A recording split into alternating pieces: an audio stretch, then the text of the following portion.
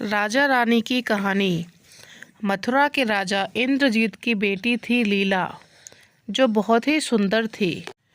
उसकी सुंदरता की चर्चा दूर दूर तक फैली हुई थी। नारायण उधर एक आवारा और व्यस्तगामी युवक था। न जाने उसने लीला पर कौन सा वशीकरण मंत्र चलाया था कि वह उसे अपना हृदय दे बैठी थी। परंतु नारायण अधिक दिन जीवित नहीं रहा। लीला ने अपने कमरे में नारायण की मूर्ति बनाकर रख ली और विधवाओं के वेश में सबसे अलग थलग रहने लगी। उसके साथ में केवल एक सेविका थी। अनेक राजकुमार लीला से विवाह करने के इच्छुक थे। एक थे राजकुमार बंधु। वह लीला के पिता इंद्रजीत से मिले।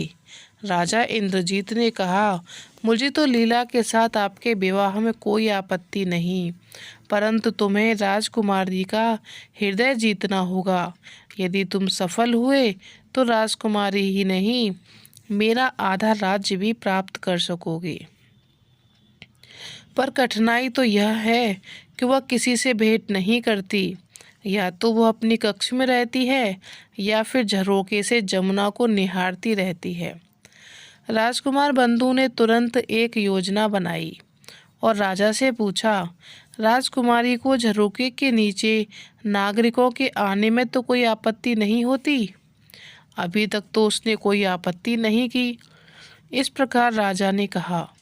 अपनी योजना के अनुसार राजकुमार ने एक पुतला तैयार करवाया और उसे औरत के कपड़े पहना दिए। फिर एक टूटी फूटी नाव लेकर नाविक के वेश में राजकुमारी के झरोके की ओर चल पड़ा। राजकुमारी उस समय झरोके पर खड़ी हुई थी। नाविक को देख उसने पूछा, कौन हो तुम? यहाँ क्यों आए हो? उसने उत्तर दिया, मेरी नाव बहुत पुरानी है और तूफान भी आने को है। अपनी मालकिन से पूछकर बताओ कि क्या मैं यहाँ कुछ समय के लिए रुक सकता हूँ? राजकुमारी लीला ने समझा कि नाविक उसे नहीं पहचानता, इसलिए उसने कोई आपत्ति नहीं की। कुछ समय पश्चात उसने नदी तट से नाविक की आवाज़ सुनी। उसने अपनी दासी को यह देखने के लिए भेजा कि नाविक क्या कर रहा है। दासी नदी तट पर आई तो उसने देखा कि नाविक ने दो व्यक्तियों का खाना बनाया हुआ है। एक व्यक्ति के लिए उसने चांदी के पात्रों में परोसा और दूसरे के लिए पत्तल पर। वह पुतली को मनाते हुए कह रहा है, आओ प्रिय खा लो। देखो मैं तुम्हारे बिना कैसे खाऊं? जब तुम जीवित थीं तब भी क्या हम अलग अलग खाते थे? दासी ने पूछा, नाविक यह पुतली कैसे खाएगी? किसकी पुतली है? नाविक ने गले से लगा कर कहा, मेरी पत्नी की पुतली है। 4 वर्ष पूर्व उसकी मृत्यु हो गई थी। वह मेरे बिना खाना नहीं खाती थी। मैं भी उसे बहुत प्रेम करता था। उसकी मृत्यु के बाद मैंने उसकी पुतली बनवाई। इसे हमेशा साथ रखता हूँ। दासी ने आश्चर्य से पूछा, लेकिन इसके आगे तो तुमने चांदी के पात्रों में भोजन रखा है, अपने सामने पत्तल में।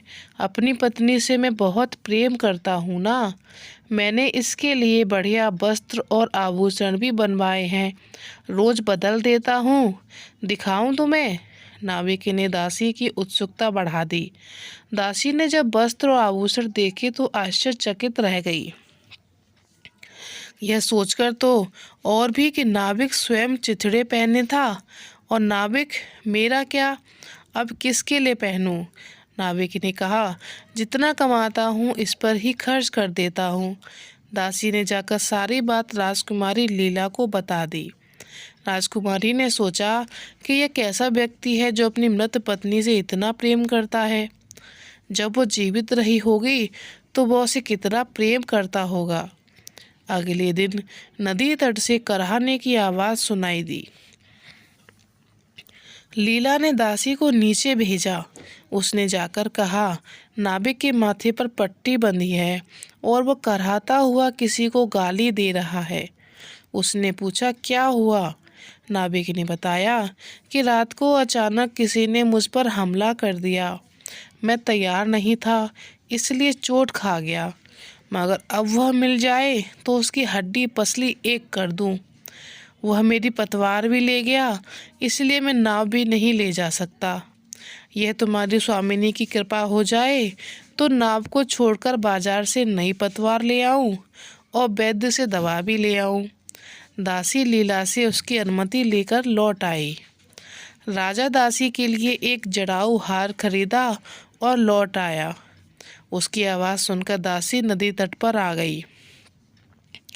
यह लो हार, असली हीरो का है, तुम्हारे लिए ही लाया हूँ। बस तुम्हें मेरे एक छोटा सा काम करना है। तुम्हारे सामने की कक्ष में जो मूर्ति रखी है वह मुझे रात भर के लिए ला दो।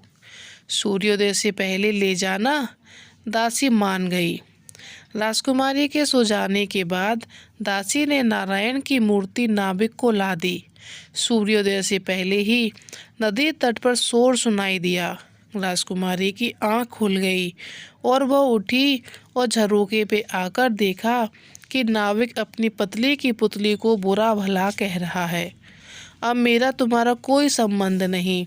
तुम्हारे मरने के बाद मैं भी दूसरा विवाह नहीं किया।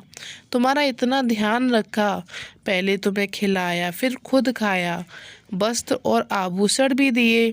खुद मैंने चिथड़े पहन रखे और जब मैं एक रात के लिए बाहर गया तो तुमने अपने प्रेमी को बुला लिया।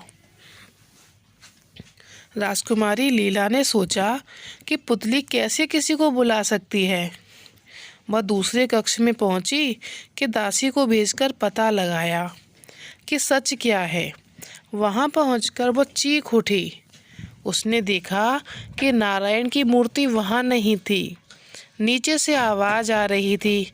नाविक रोता हुआ कह रहा था, मुझे क्या पता था यहाँ प्रेत रहता है। पहले इसने मुझे कल रात मारा और अब वह मेरी पत्नी से प्रेम कर रहा है। यह प्रेत भूमि है। राजकुमार लीला झरोके में खड़ी सब सुन रही थी। उसने वहीं से पूछा, लेकिन बेजार मूर्तियाँ इंसानों की तरह व्यवहार कैसे कर सकती हैं नाविक? प्रेत खुद कुछ नहीं कर सकते। यदि उन्हें शरीर प्राप्त हो जाए तो वह ठीक मानव जैसा ही व्यवहार करते हैं।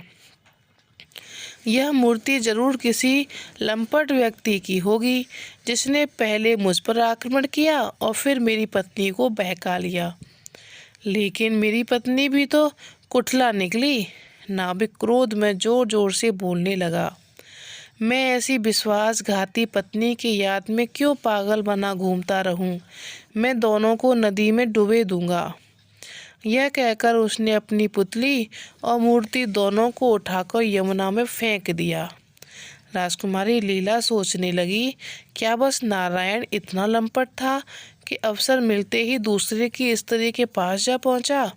अगर वो लंपट ना होता तो उसका प्रेत इतना नहीं और इस लंपट नारायण के लिए विधवा सा जीवन व्यतीत कर रही। नहीं, अब और नहीं।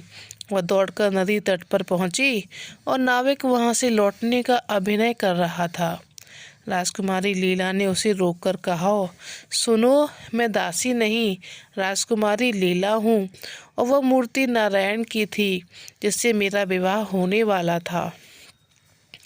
वह चोट लगने से मर गया और शादी हुए बिना ही मैं विधवा सा जीवन व्यतीत करने लगी। अब मेरी आंखें खुल गई हैं।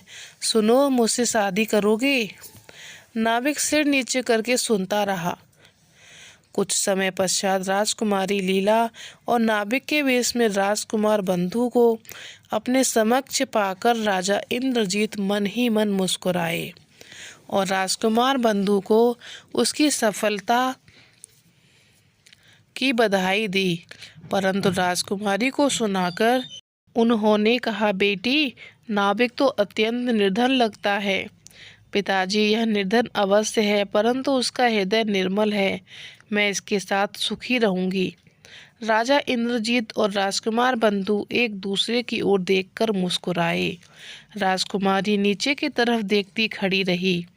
दोनों की शादी हो गई। राजकुमार बंधु को लीला के साथ साथ आधा राज्य भी मिल गया और दासी को नाविक की मृतक पत्नी के सारे आभूषण। तो दोस्तों, राजा रानी की कहानी कैसी लगी कमेंट करके बताएं। एवं राजा रानी की कहानी अपने दोस्तों के साथ भी शेयर ज़रूर करें। और जो भी हमारे साथ न्यू व्यूअर्स जुड़े हों वो हमारे चैनल को सब्सक्राइब करें और कमेंट करके बताएं आपको हमारी कहानियाँ कैसी लग रही हैं। तो आगे आपके साथ इसी तरीके की कहानियाँ हम शेयर करते रहेंगे। तो आज के लिए इतना ही। धन्यवाद दोस्तों।